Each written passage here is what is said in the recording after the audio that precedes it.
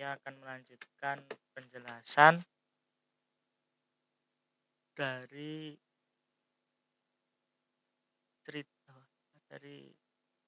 cerita akhir hadis 11.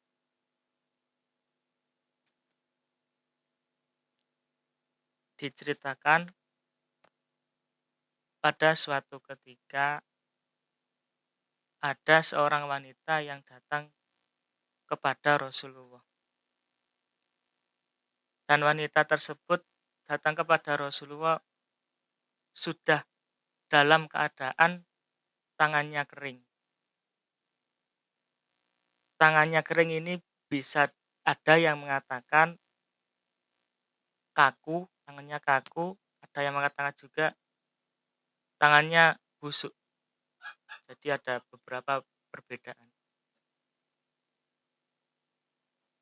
Nggih, kaku napa ya napa ngoten.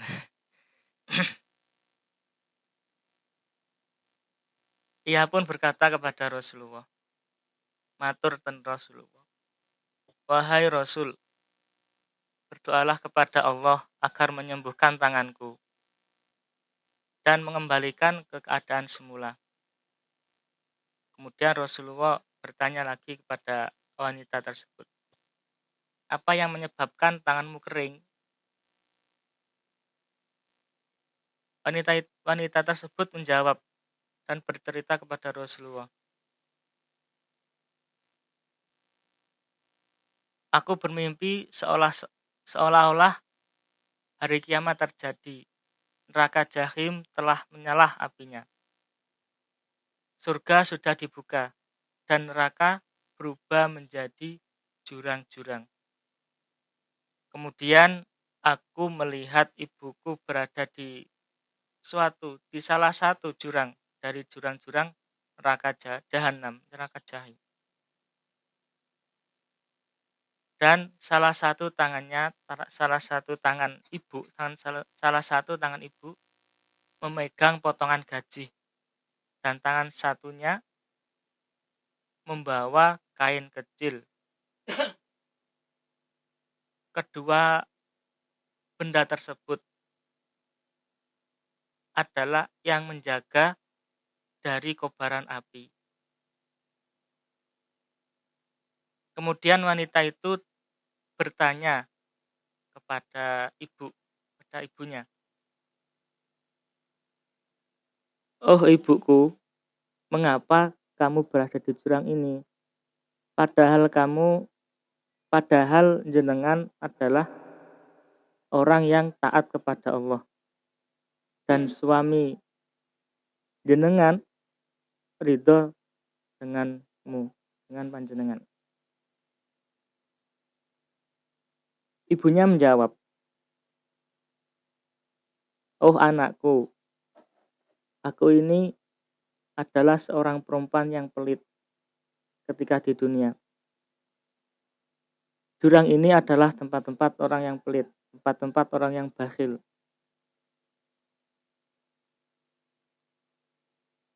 Kemudian wanita itu, anak tersebut bertanya lagi kepada ibunya, potongan gaji dan kain apa yang aku lihat di tanganmu, di tangan panjenengan? Kemudian ibunya menjawab, potongan gaji dan kain ini adalah sedekah yang pernah aku sedekahkan di dunia.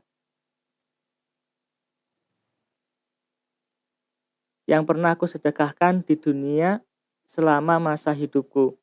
Dan aku tidak pernah mengeluarkan sedekah kecuali dengan kedua benda ini.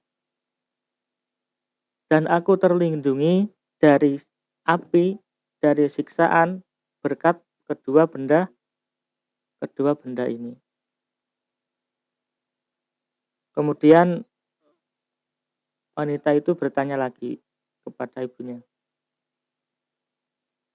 di mana bapakku? Dan pundi bapak? Ibunya menjawab, bapakmu adalah orang yang dermawan, orang yang luman. ia sekarang berada di tempat orang-orang yang dermawan, yaitu surga. Kemudian setelah diberitahu oleh ibunya kalau bapaknya berada di surga, kemudian wanita itu, anak tersebut datang mendatangi ayahnya, mendatangi bapaknya ke surga.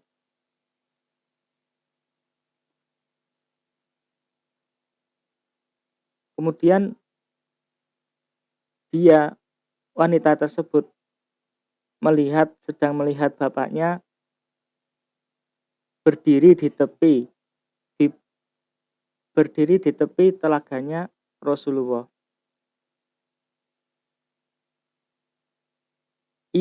Bapaknya anak tersebut sedang memberikan minuman air telaga kepada orang-orang. Ia mengambil gelas dari tangan Rasulullah, dari tangan Ali, sahabat Ali. Dan Ali pun mengambil dari tangan Utsman. Kemudian Utsman mengambil dari tangan Umar. Dan Umar mengambil dari tangan Abu Bakar. Sedangkan Abu Bakar sendiri mengambil air tersebut dari tangan Rasulullah. Gampangnya estafet gitu loh. Estafet.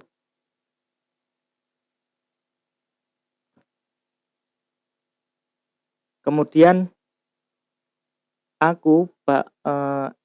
wanita tersebut berkata kepada bapaknya, bertanya,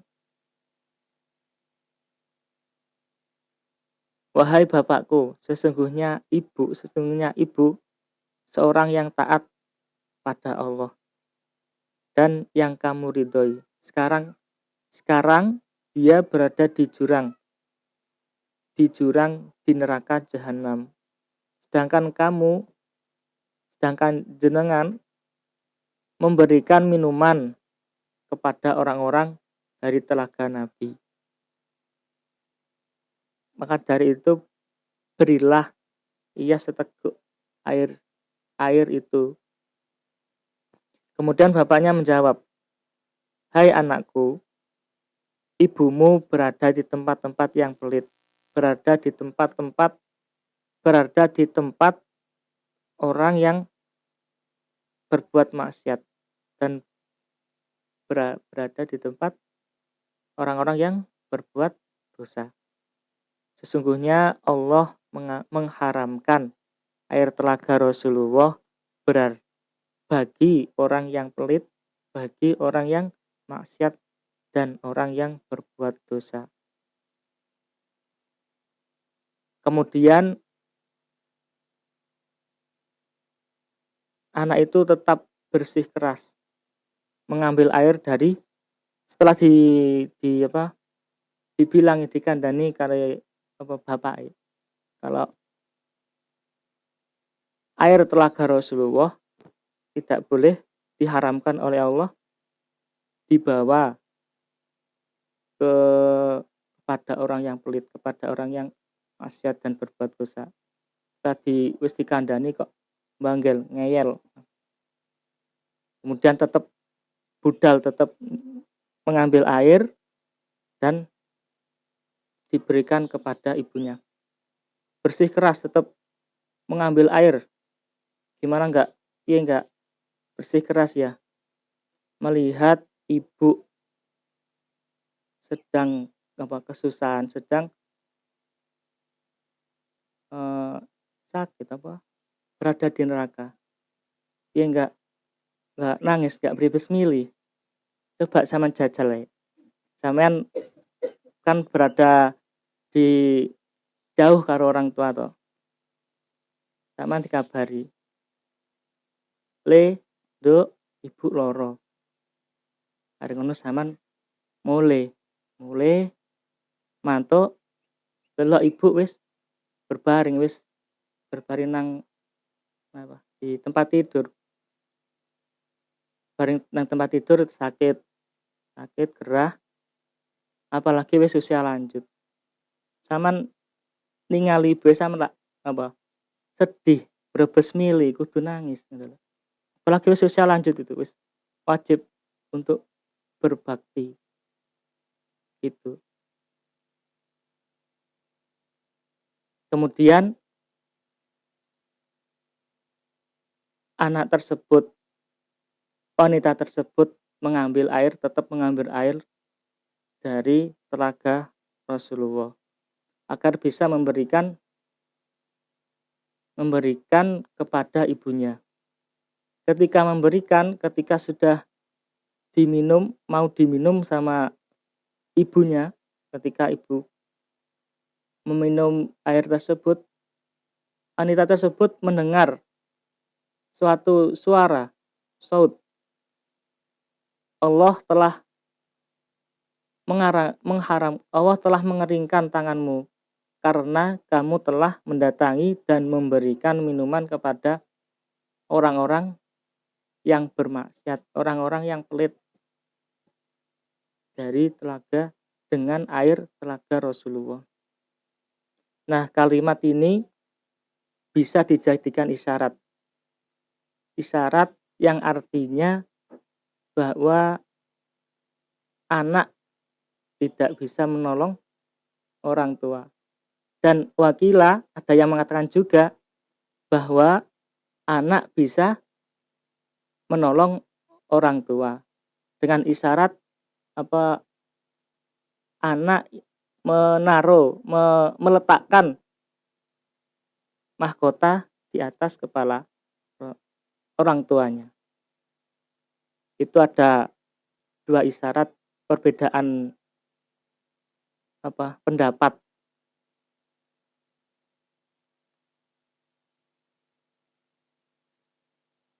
Tapi yang benar enggak tahu yang mana.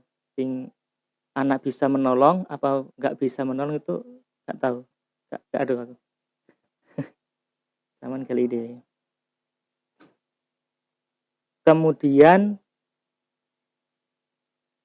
aku pun terbangun. Wanita itu setelah mendengar suara saut tadi kemudian terbangun, tangi.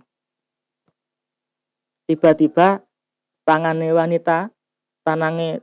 anak tersebut sudah dalam keadaan kering, sudah dalam keadaan kaku. Kemudian kemudian wanita tersebut sudah selesai ceritanya, sudah menceritakan, kemudian Rasulullah berkata kepada wanita tersebut, sifat pelit ibumu telah membuatmu bencana di dunia. Lantas bagaimana bencana baginya di akhirat? Kemudian Rasulullah meletakkan tongkatnya di atas tangan wanita tersebut dan berkata, demi mimpi yang baru saja ia ceritakan, semoga engkau menyembuhkan tangannya. Kemudian tangan wanita tersebut kembali semula. Dari cerita ini saya mengambil sebuah hadis menurut saya berhubungan dengan cerita di atas, yaitu hadis idza mata bnu adama inqata'a amaluh illa bisalasin, kecuali 3 perkara. Pertama, shadaqatin jariyah au ilmin yuntafa'u bih au waladin sholihin yad'ulah. Idza mata bnu adama inqata'a, apabila anak Adam manusia telah mati maka putuslah amalnya, tidak bisa nambah amal lagi, bisa nambah amal meneh, kecuali illa bisalasin, kecuali 3 perkara. Pertama, sedekah jariyah. Kedua, ilmu yang bermanfaat. Dan ketiga, anak yang soleh. awaladin sholihin. Dan yang pertama sedekah. Sedekah kalau dilihat dari cerita ini, sedekah adalah yang menyelamatkan sampean di neraka. Jadi besok ketika orang mau masuk surga, mesti kan syaratnya harus suci, harus bersih. Nah, bersihnya itu di neraka. Nah, di neraka itu yang menjaga api neraka adalah, yang menyelamatkan api neraka adalah sedekah sampean. Jadi perbanyak sedekah. Tapi sedekah enggak, kalau cerita ini aja pancet iku-iku wae, gonta-ganti. Nyari rezeki lebih sedekah. Beras, saiki beras, besok apa? Sayur-sayur. Terus apa sembarang wis pokok sedekah gonta-ganti. Ben sing jaga sampean, sing nyelametno sampean teko geni iku akeh, gak beras tok. Engko iso wedhus. Engko iso iso pitik. Sembarang sapi ya bisa. Sembarang. Makanya perbanyak sedekah. Kemudian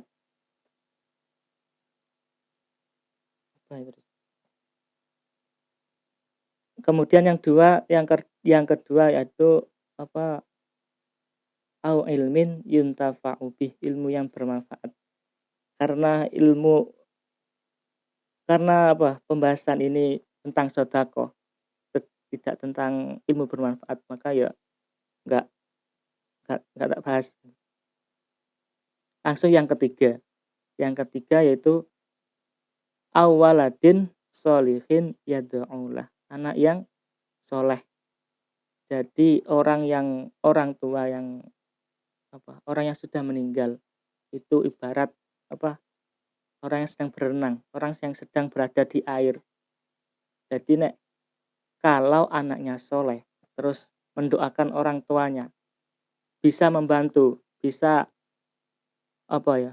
Ngunggah wong tua gak kelep gitu. Itu. Terus kalau di awaladin sholihin, anak yang soleh, dilihat dari cerita ini, yaitu anak ini membantu, kasihan kepada orang tua, membantu orang tua yang sedang kesusahan, yang sedang berada di neraka.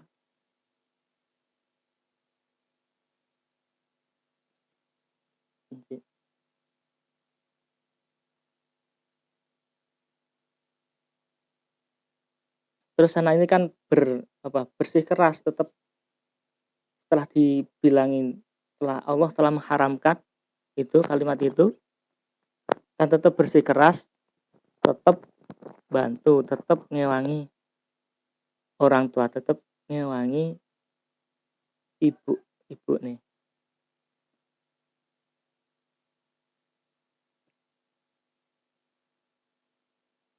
Terus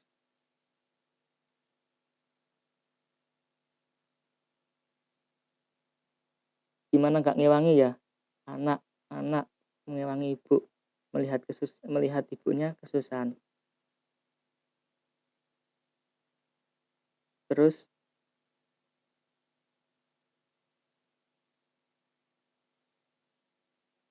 mungkin itu mawon.